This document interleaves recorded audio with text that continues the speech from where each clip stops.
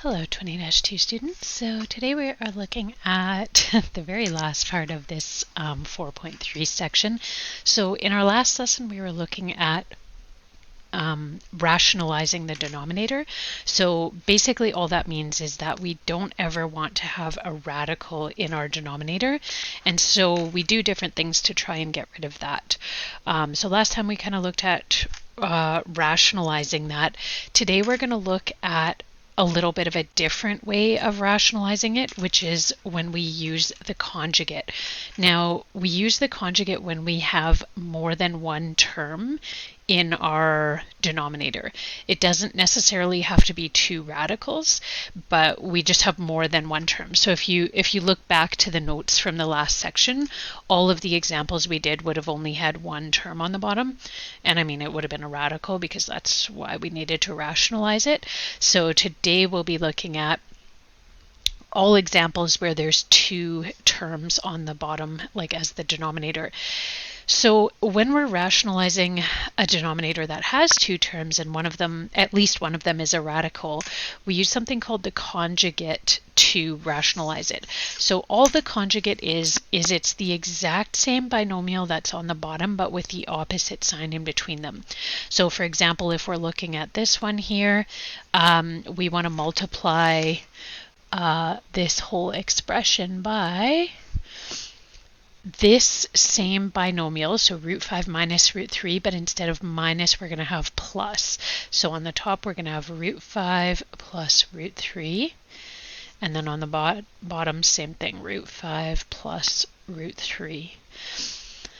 And then we just want to go ahead and multiply those, like the original fraction or radical, by all of these terms. So just make sure you multiply by everything. So for example, sorry, my pen is getting stuck there.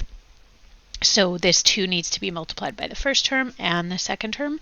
And then on the bottom, it's going to get a little trickier because we have to multiply the root 5 by the root 5 and the root 3.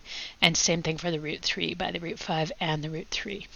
So let's go ahead and work that out here. I'm just going to set up my fraction so that I don't write all over the page. I have a tendency to go off like on a slant. Okay, so 2 root 5.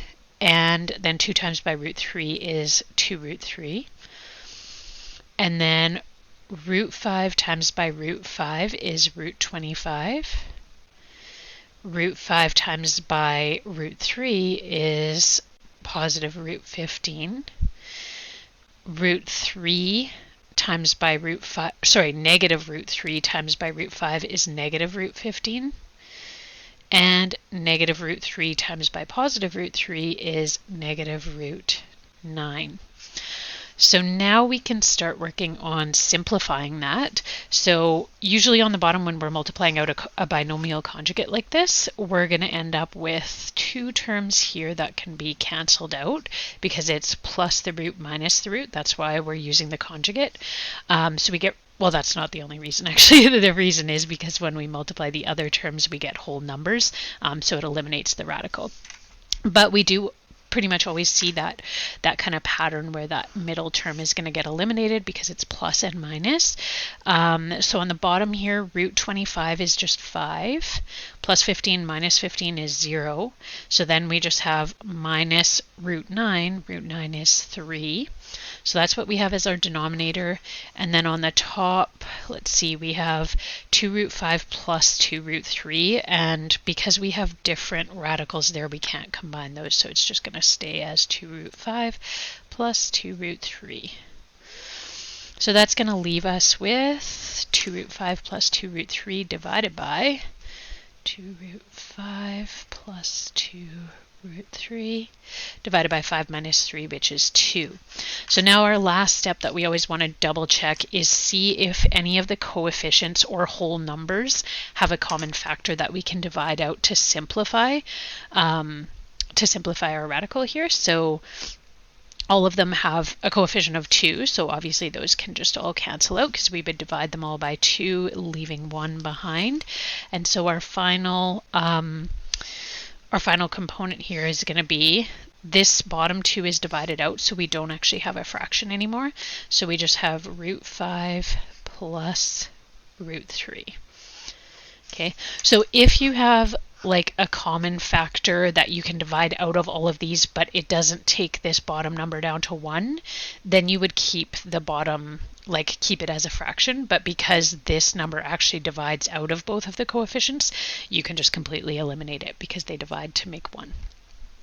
Okay, next one here, so we have 1 minus root x, so that means we need to multiply by 1 plus root x on the top and the bottom. So 1 plus root x. So let's just go through and see about multiplying that out. So 1 times by 1 is 1, 1 times by root x is root x. Nice and easy. And then multiply everything through. So 1 times 1 is 1. 1 times by positive root x is root x, so plus root x. Negative x times by 1 is root x. And negative root x times by positive root x is negative root x squared. Okay, let's work at simplifying this now. So you can see that we have that same kind of a setup where we have plus root x minus root x is going to be 0. So we end up with just the 1 minus x squared. The square root of x squared is just x. And then on the top we have 1 plus root x. And if we look at this, we can't actually divide anything more out of that. So that would be our final statement. If you have 1 there, right, it's not going to simplify down any further. So we need to keep those there. All right, let's try one more one. This one is a little bit more complex if I remember correctly. So this one is going to be multiplied by, now don't get thrown off by this one because it does have kind of like it's the same statement but with opposite signs. Just remember you're only ever looking at the denominator to find the conjugate. So if the denominator is plus, we need to multiply both by minus. So 6 minus root 2. And 6 minus root 2 on the bottom as well. So when we multiply that out, we're going to end up with 6 times 6 is 36. 6 times by negative root 2 is negative 6 root 2. Negative root 2 times by 6 is negative 6 root 2 again. And negative root 2 times negative root 2 gives us positive root 4. On the bottom, 6 times 6 is 36 again. 6 times negative root 2 is negative 6 root 2. Positive root 2 times 6 is plus 6 root 2. And then lastly, plus times minus is minus root 4. Okay, so let's work on simplifying that. These ones, because we have minus minus, so they're not going to cancel out. So we're going to have 36 minus 6 minus 6 is minus 12, root 2. And then plus root 4. Root 4 is 2, so we're just going to have plus 2 at the end there. 36 minus 6 root 2 plus 6 root 2, that combines to make 0, so we just have 36 minus root 4, which is 2. So now if we simplify by combining our like terms, so just look for your like terms. So in this case, we have 2 number values on the top, so we have 36 and plus 2, so that gives us 38. And then minus the 12 root 2. And then on the bottom, 36 minus 2 gives us 34. Okay, so now we've combined all of our like terms. So the last thing we want to do is just figure out whether there's a common factor for all of our coefficients. The greatest common factor for all of these is 2. So that means we would divide 2 out of all of the coefficients. So that's going to leave us with the expression 38 divided by 2 gives us 19. minus 12 divided by 2 is 6, root 2 stays the same, and 34 divided by 2 is 17. So looking at this again, we can see that there's no other common factor between the coefficients, so we know that we reduced it as much as possible. So there's our final answer for that one.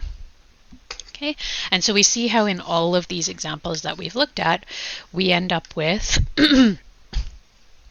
never a denominator that has a radical in it, right? So whole number, we do have a variable here, but no radical in the denominator.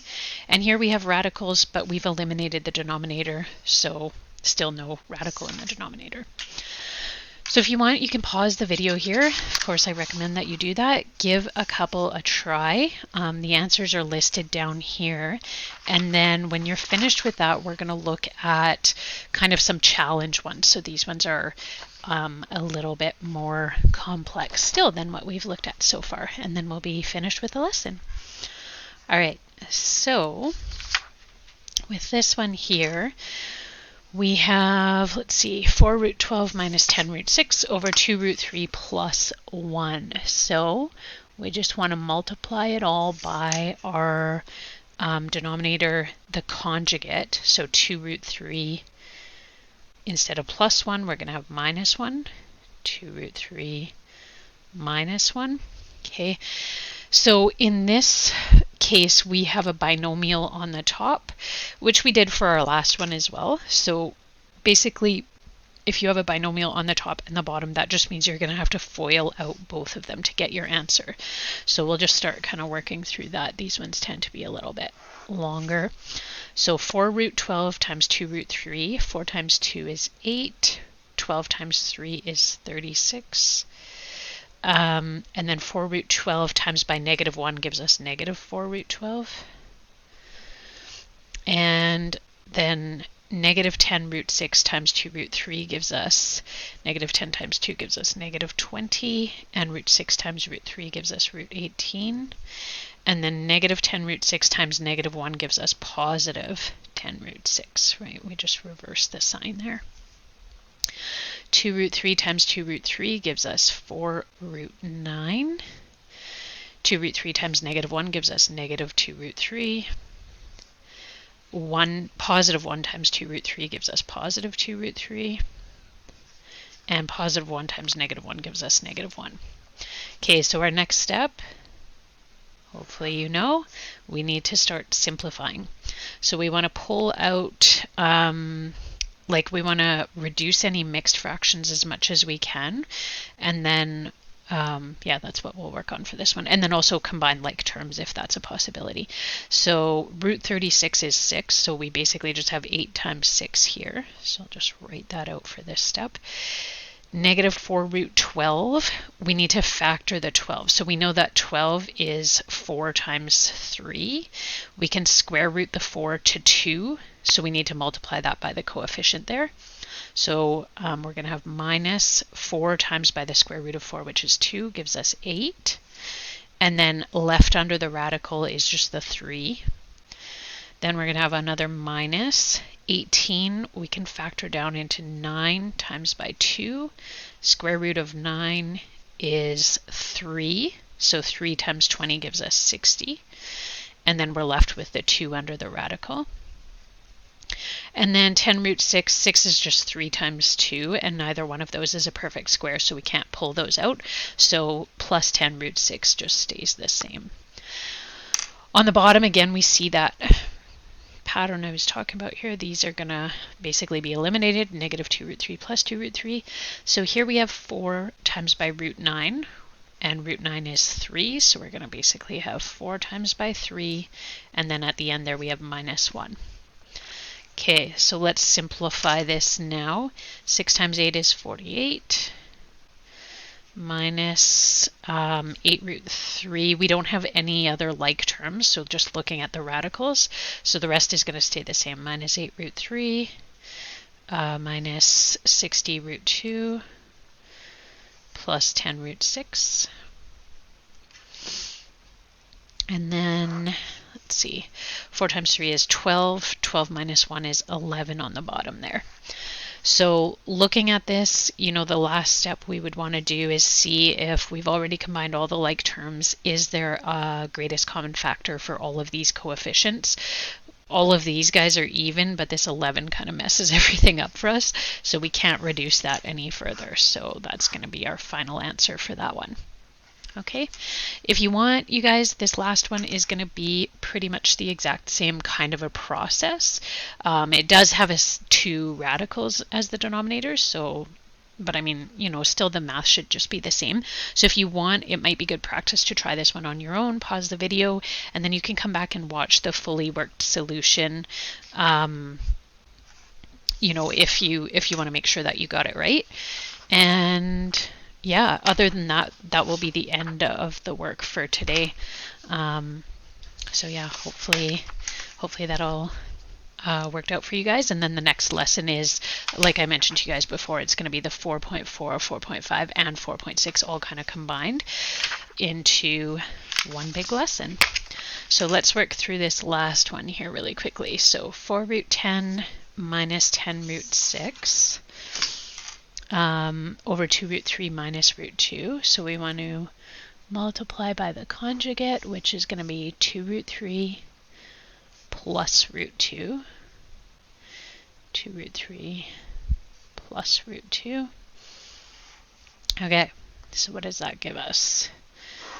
It's going to be a long one.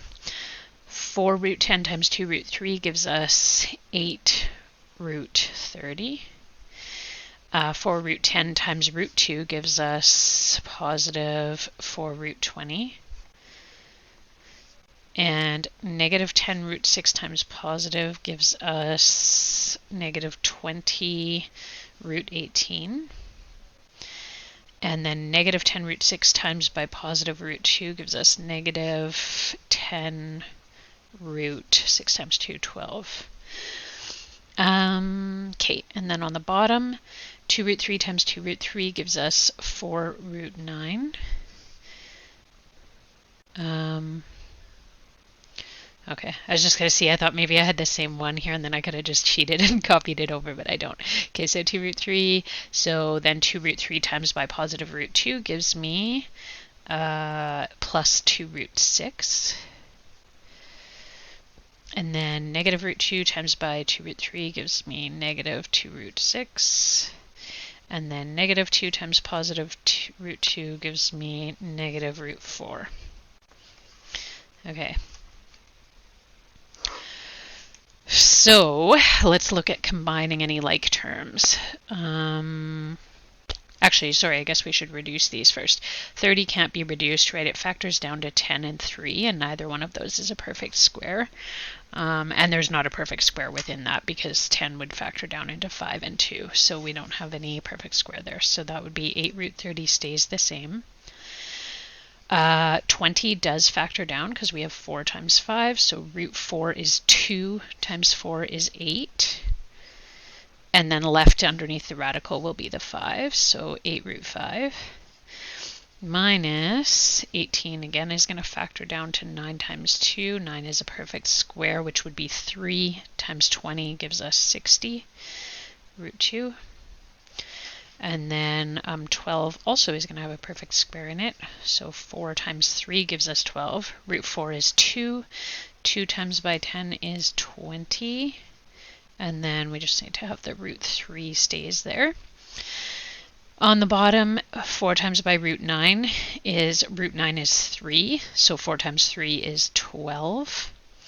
Plus 2 root 6 minus 2 root 6, those cancel out. And we're left with minus root 4. Root 4 is 2. So there we go. Let's see. So looking at this, we can see there's no like terms on the top. So that's all going to stay the same. And this is just going to turn into 12 minus 2, which is 10. So I'm actually not going to make you guys sit through me writing that all out again. Let's just change that into a 10. So now the last thing is just looking at common factors. So 8, 8, 60, 20, and 10. The only common factor between all of those is 2. So basically we're going to go through and divide all of our coefficients by 2 to get our final reduced answer. So let's see, 8 divided by 2 is 4 root 30.